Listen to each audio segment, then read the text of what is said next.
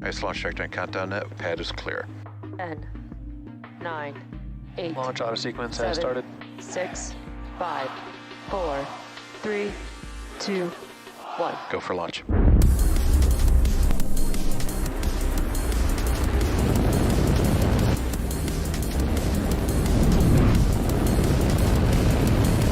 Vehicle is supersonic. Stage separation confirmed. Dragon, separation confirmed.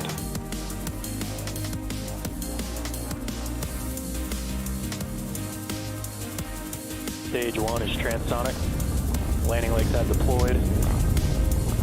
And Falcon 9 has landed.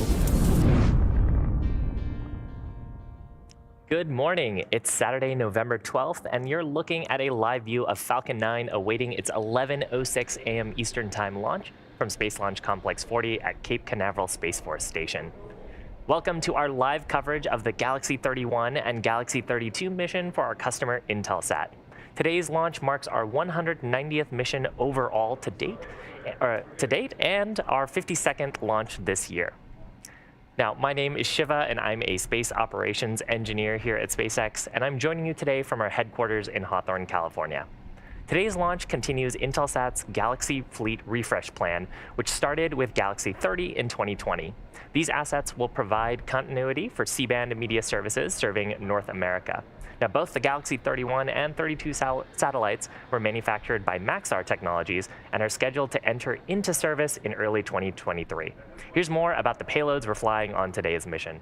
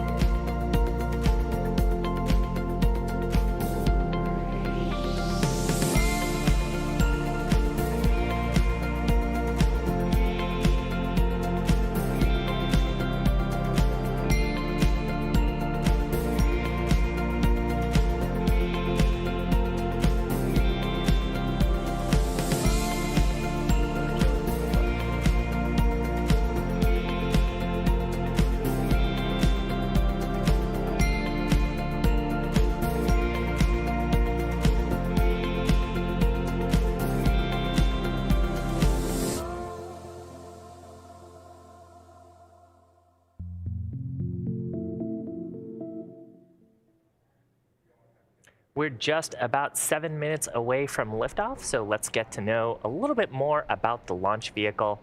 Now, the Falcon 9 you see on the pad is a two-stage rocket designed and manufactured by SpaceX for the reliable and safe transport of both payloads and people into Earth orbit and beyond.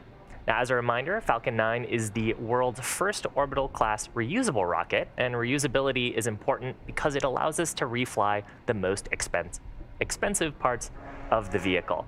That in turn is what allows us to drive down the cost of access to space. Now, the entire vehicle stands 229 feet tall. That's slightly taller than the towers of Westminster Abbey in England. Stage 1, RP1 load complete. The bottom two-thirds of the vehicle is called the first stage. It's also known as the booster. Now, its job is to accelerate the vehicle from the pad through the Earth's atmosphere into space, and then it'll separate from the rest of the rocket. Today's booster is flying for its 14th time, previously having supported Dragon's first crew demonstration mission, the RADARSAT Constellation Mission, Sirius XM-7, and 10 previous Starlink missions. Now, if you look closely at this rocket, you see that we don't have any landing legs here or grid fins, in fact, on this first stage, and that's because we won't be attempting to land this first stage today. Today's mission requires additional propellant that we would normally use for recovery, and so we're going to be using that propellant to take the payloads to orbit. Now, moving up Above the first stage, we've got our second stage that has a single Merlin vacuum or MVAC engine that ignites shortly after the first stage will separate. And it's the second stage that will carry the Intelsat Galaxy-31 and 32 satellites to orbit. Now, the payload for today's launch are enclosed inside the 17-foot diameter payload fairing, which is that nose cone structure at the very top of the second stage. It's made of a carbon composite material, and it protects the satellites as we make our way to orbit.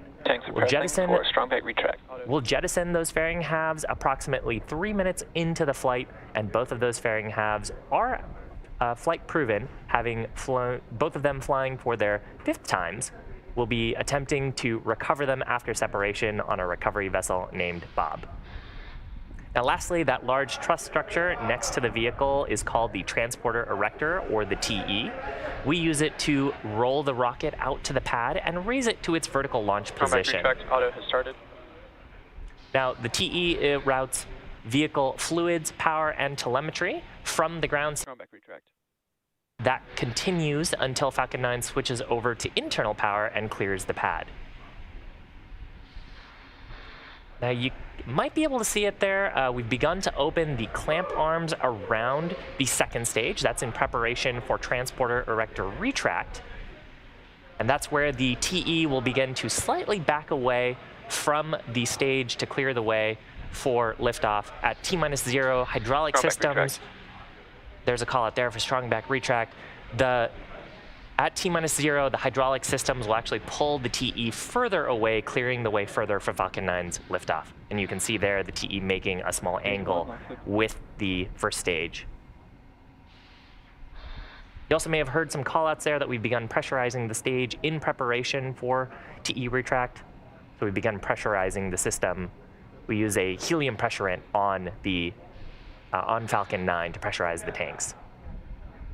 Now, at this point in the countdown, we are nearly fully loaded with about 1 million pounds of RP1 fuel. That's a type of refined kerosene. Stage 1, lock flow complete. And liquid oxygen on the vehicle.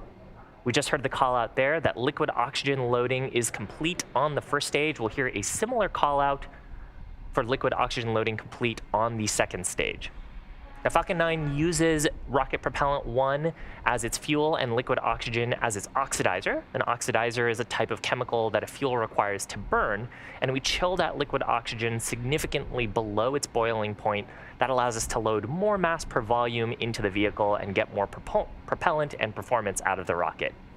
Now, in addition to both the RP1 and liquid oxygen, we use a chemical called TTEB, triethyl aluminum and triethyl borane, as an ignition source. When we combine those two chemicals, they produce a hot flame and ignite the RP1 and liquid oxygen to make the rocket go.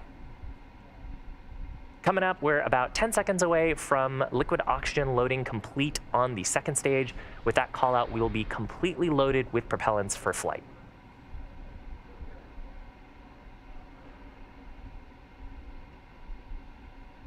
Ground gas, launch closeout. Stage 2, lock flow complete. So with that, we are fully loaded with propellants in preparation for liftoff. We'll see some venting from the transporter erector coming up here. And just a quick status update, both the payloads continuing to look healthy. Weather, 90% go. It's a beautiful day at Florida today for that on-time liftoff.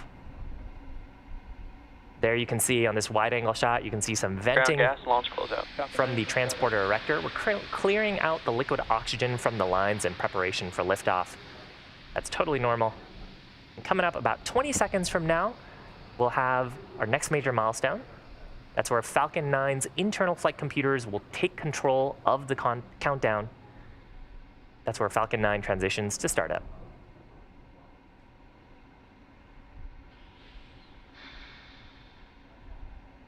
Falcon 9 is in startup.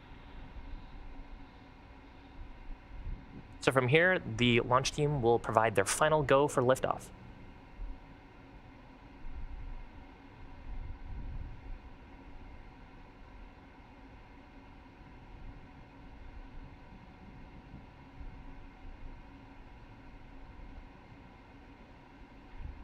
LD, go for launch. So with that, the launch director giving their final go for launch. Nice, 30 seconds. 30 seconds to go. let's watch as Falcon 9 takes Intelsat Galaxy-31 and 32 to orbit.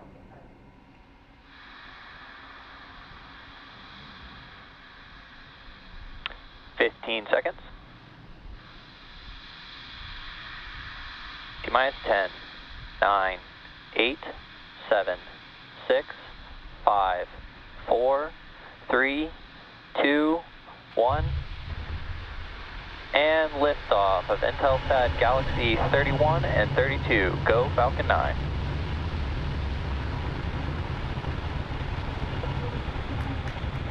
Vehicles pitching downrange.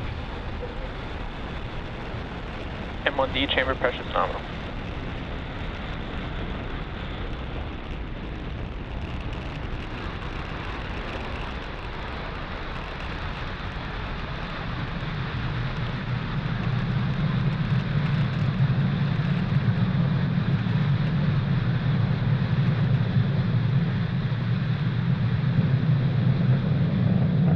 Successful liftoff of Falcon 9 from Space Launch Complex 40 at the Cape Canaveral Space Force Station in Florida. We're carrying the Intelsat Galaxy-31 and 32 payloads to orbit.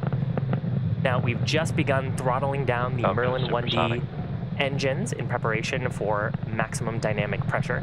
And we've also begun to tilt the engines. That's called gimbaling, and that's why we've begun to move horizontally away from the launch pad. That maneuver is called a gravity turn. Max Q.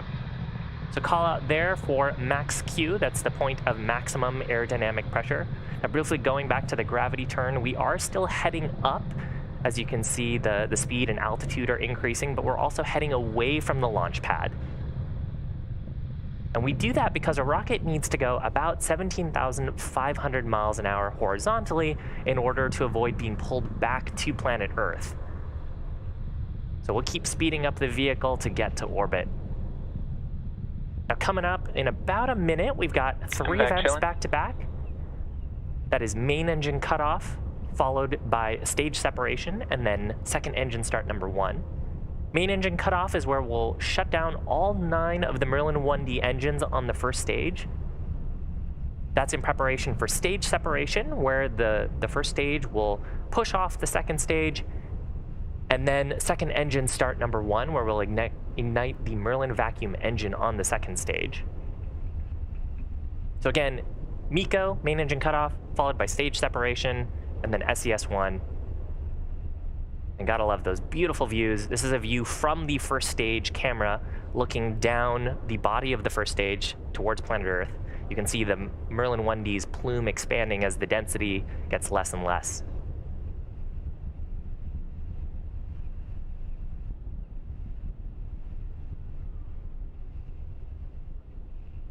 MECO. Stage separation confirmed. And vac ignition. Stage 1 FTS is saved. Awesome. So MECO, stage sep, and second engine start complete. Now coming up next in about 20 or so seconds will be fairing separation. Again, both of these fairing halves having flown 5 times before today's mission.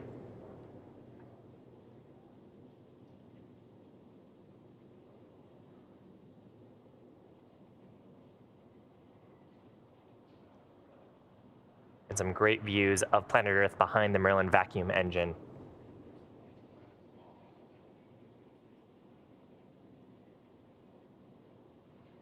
Fairing separation confirmed. So there is successful fairing separation. We'll be attempting to recover those fairing halves again once they make their way back to Earth on a recovery vessel named Bob. Acquisition of signal. You can actually see one of the fairing halves in frame there as it goes back to planet Earth. We actually got our first glimpse of the payload as well today. As a reminder, we are not attempting landing on our first stage. So the next major milestone will be second engine cutoff number 1. That's about 4 minutes from now.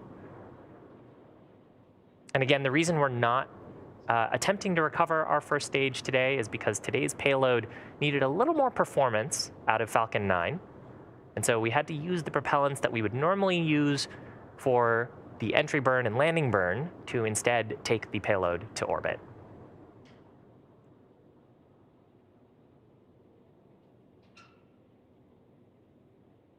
Now, the first of these two burns is taking us into what's called a parking orbit. So that is a roughly circular orbit that we'll be going into before we take a second burn later on in today's broadcast.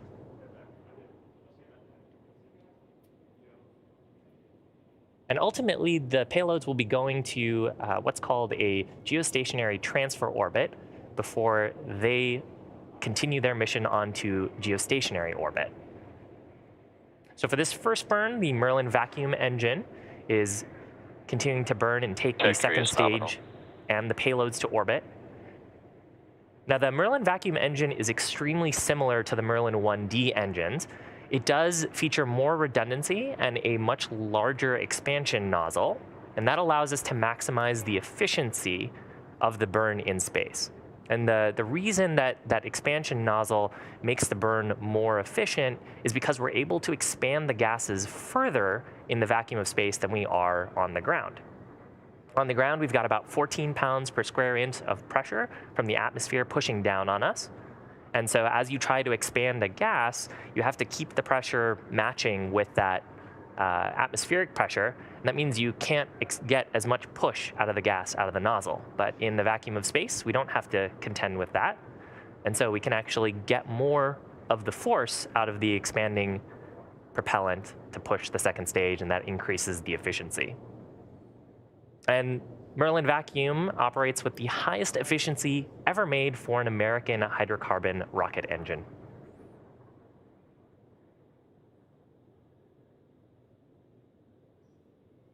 Now, you may have noticed on the pad that the second stage looks very similar to the first stage.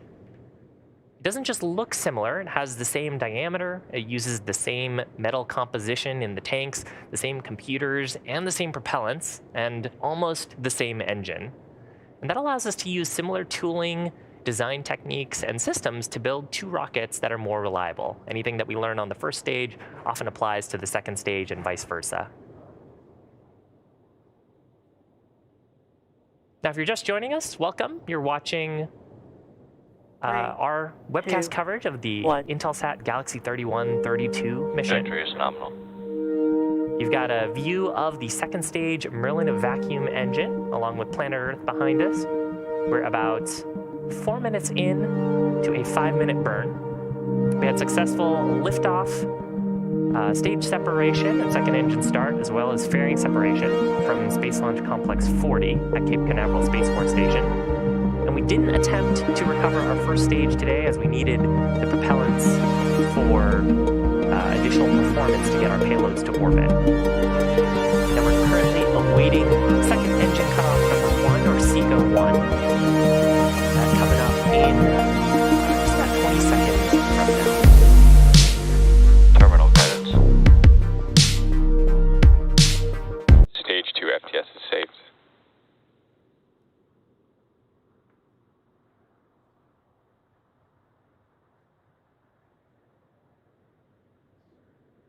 Expected loss of signal, Cape Canaveral.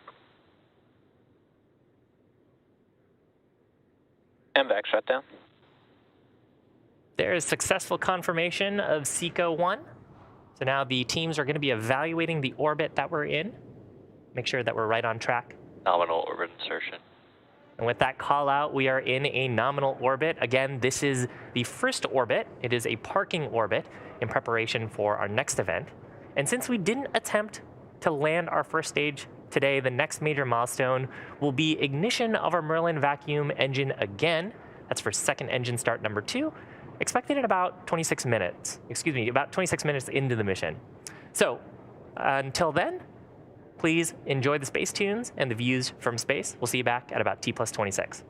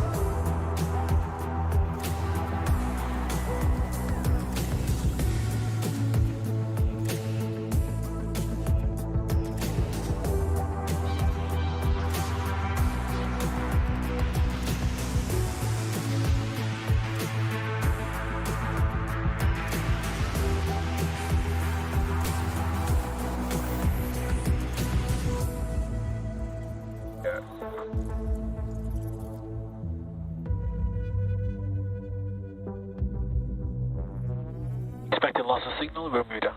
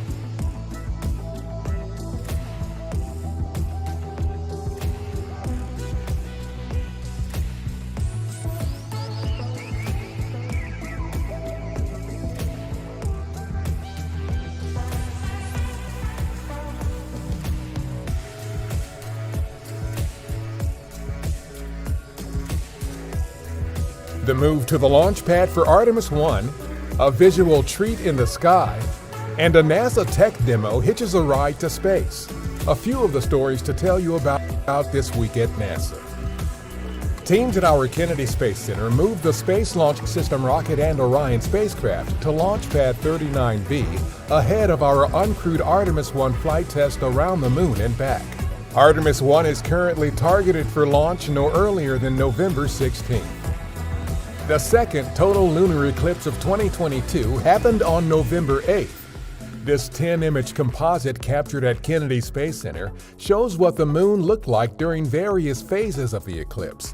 If you're wondering about the next total composite captured at This 10-image composite captured at Kennedy Space Center shows what the moon looked like during various phases of the eclipse. If you're wondering about the next total lunar eclipse, that won't happen until March 2025. NASA's Lofted technology demonstration hitched a ride to space with NOAA's JPSS-2 weather satellite on November 10th. JPSS-2 is expected to help improve weather forecasts, and Lofted is an inflatable heat shield that could protect spacecraft during atmospheric entry and re-entry. A Northrop Grumman Cygnus resupply spacecraft launched on November 7th with more than 8,200 pounds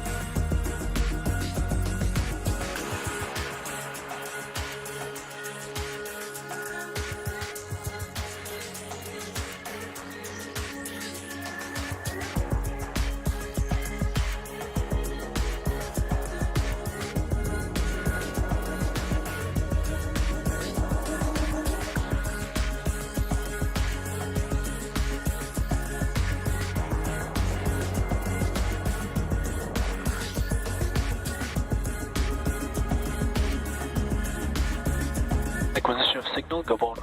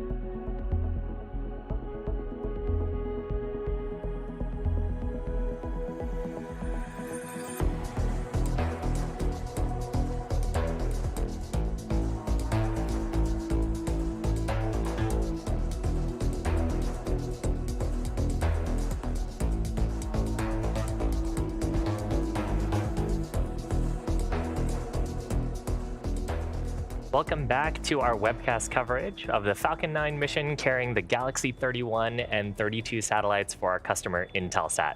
Now we've had a normal mission so far. Falcon 9 launched on time at 11:06 a.m. Eastern Time from Space Launch Complex 40. Now and after that, the second stage completed its first burn, taking our payload into its initial parking orbit. Now at this point, we are just under a minute away from second ignition of the Merlin vacuum engine, which will carry the second stage and the Galaxy-31 and 32 payloads into the targeted geostationary transfer orbit. That'll be the payload deploy orbit.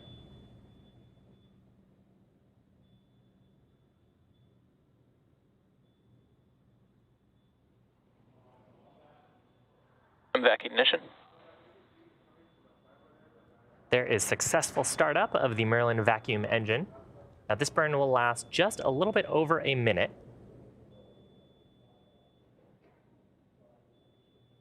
And I mentioned that we're going to a geostationary transfer orbit. So to the first orbit that we put the payloads into today is called a parking orbit. That was a slightly elliptical orbit. But now we're taking the apogee, that's the highest point of the orbit, all the way up to about 38,000 kilometers above the Earth's surface. Now, since that's like a huge number, as a point of context, the entire circumference of the Earth is about 40,000 kilometers. So we're taking the stage about as high up as it is to go around the Earth.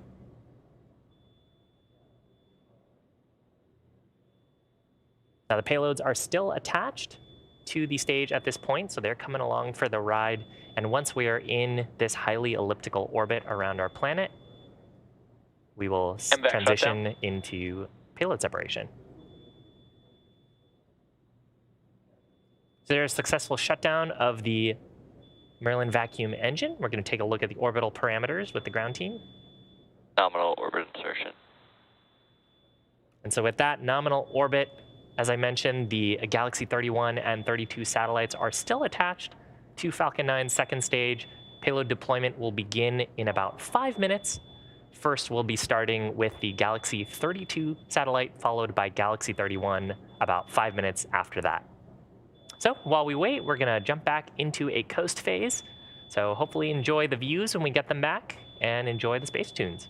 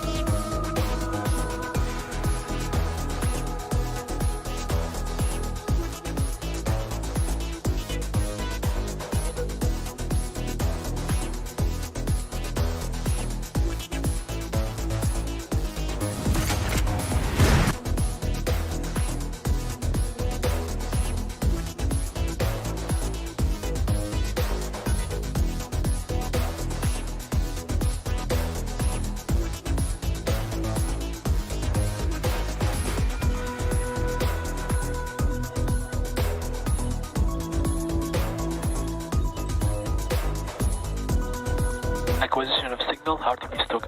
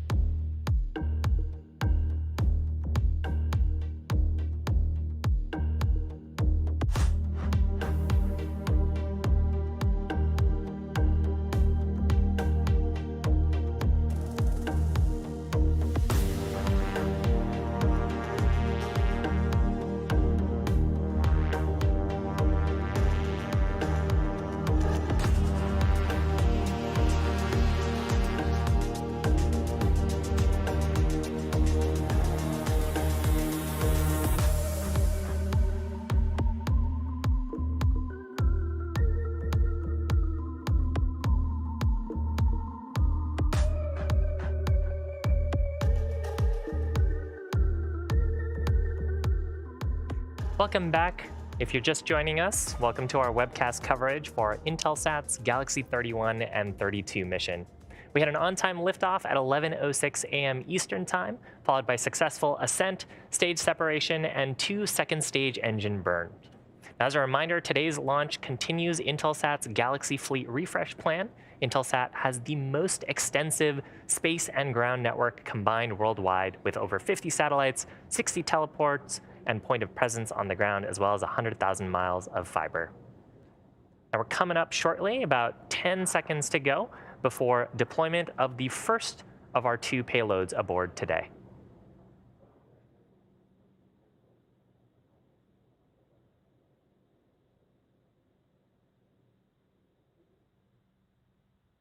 Confirmed separation on first payload. And there is successful separation of the Galaxy-32 satellite. So it's going to make its way on to this geostationary transfer orbit and then continue with some burns to get into its operational orbit later on in the mission. And we are going to jump back to another short coast phase before the second and final deployment of today's mission of the Galaxy-31 payload. That's scheduled to happen in about 5 minutes. So we'll see you back here at T+38.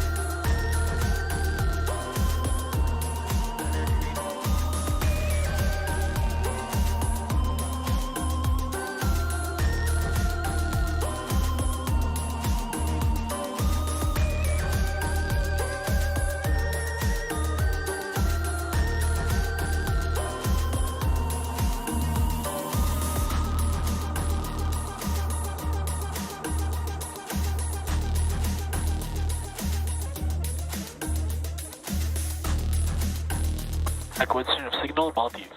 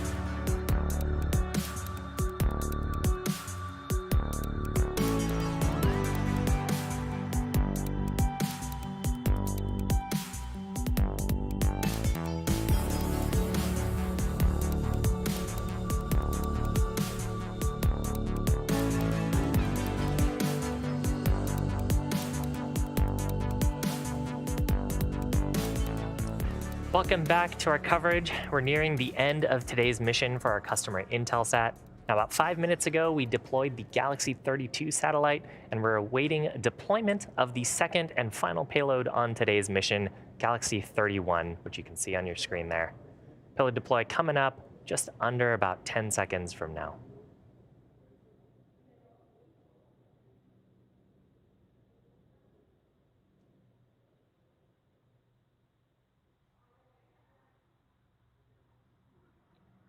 Payload 2 separation confirmed. And there is successful separation of the Galaxy-31 satellite off to continue its mission. So all of us here at SpaceX want to give a big thank you to our customer Intelsat for entrusting us with today's mission. We also want to thank the Range and the Federal Aviation Administration for their support. And before we sign off, SpaceX observed Veterans Day this past Friday, and we wanted to take this time to thank all of our veterans for their service. Thanks to all of our viewers for tuning in and for your continued support, and we hope you have a wonderful rest of the day and weekend.